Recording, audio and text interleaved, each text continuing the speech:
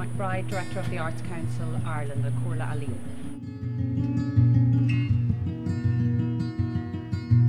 We've gone through many years of reduced funding. So from 2008 really until 2014 we've seen a massive reduction in our funding. So I think the opportunities over the next number of years will be that actually that we're seeing green shoots in Ireland again. So the opportunities are huge in terms of the potential that that offers the arts infrastructure, because being as resilient as it is, it has survived those number of years where there was a reduction in funding. So I think actually they're right now to take on a very different time in their own development and their own expansion. So I think it's a good time, albeit that we've been through a very rough time.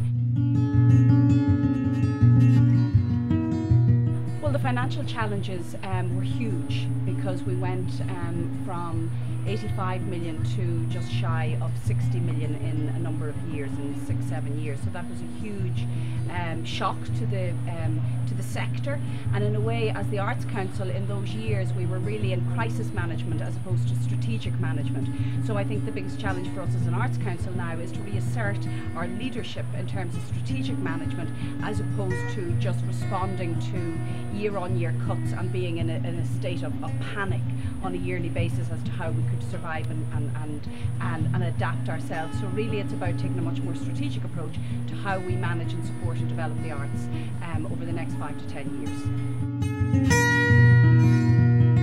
I think there's a greater sense of immediacy around how we operate and how we conduct our business. So therefore people are constantly looking to see what the Arts Council is going to say or comment on X, Y or Z in a way that maybe before, through more traditional media, it took more time for the Arts Council's position on a particular aspect of government, etc., to really land with the sector. Whereas now people are, the immediacy of social media means that people are looking for a response straight away. So we have to be ahead of the curve at all times in terms of our thinking and in terms of our approach to the way in which we conduct our business. But also what I think it's done is it's opened up the Arts Council, because we've had to change the way in which we use our language.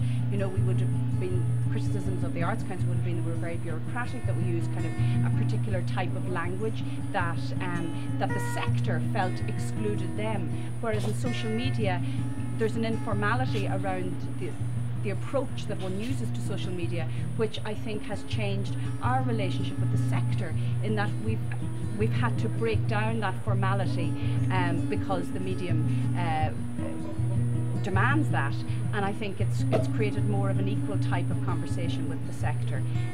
So I think it's opened up huge opportunities. I don't tweet, and I haven't tweeted because I've really struggled with the Orla McBride, the individual, and then the Director of the Arts Council. And if I go to see a dance show last night and I say I tweet this morning, it's a great dance show, and I didn't tweet about a dance show I'd gone to the week before, that would potentially open up a difficult situation for me. So I haven't embraced social media in the same way that other members of my staff might have. The greatest way in which you can advocate is to communicate in a way that they understand. So where people might say that we use art speak a lot in the arts world, when I'm talking to politicians, I really have to be very very focused and disciplined around kind of unwrapping the language and making it much more simple and not in a way that is in any way, that doesn't it doesn't compromise the integrity of the work, nor does it patronise the individuals that I'm talking to. But I think it's really important that you communicate the value of the arts and the impact of the arts and the contribution of the arts in a way that people understand. But I really think that the most effective way for the arts to advocate on their own behalf, or for us to advocate on their behalf, is really through the work. I think it's been a huge first of all, a support network in terms of the individuals. So outside of the resources and the tools that IFACCA offers, just in terms of that, somebody at the other end of the email to respond to our individual issues, and then all of a sudden you realise that they're not that individual after all, that actually they tend to be often quite global, but the response might be quite local. So I think it's been a great it's great for networking, and it's great then for, I suppose, the advocacy tools and resources and research that IFACCA offers. So it's a great membership organisation, because you feel very much a member of it, in a way that, you know, it's not just a resource organisation. You feel that you're very much a part of it and you've something to contribute to it. The work, the practice, because everybody in the organisation that I work in, we were all involved in the arts, and we've come into a kind of a bureaucratic public service agency. So in a way, having had experience and expertise of being engaged and involved in the arts is really important, because you understand and you can empathise with what it is to be an artist and what it is to make and create work.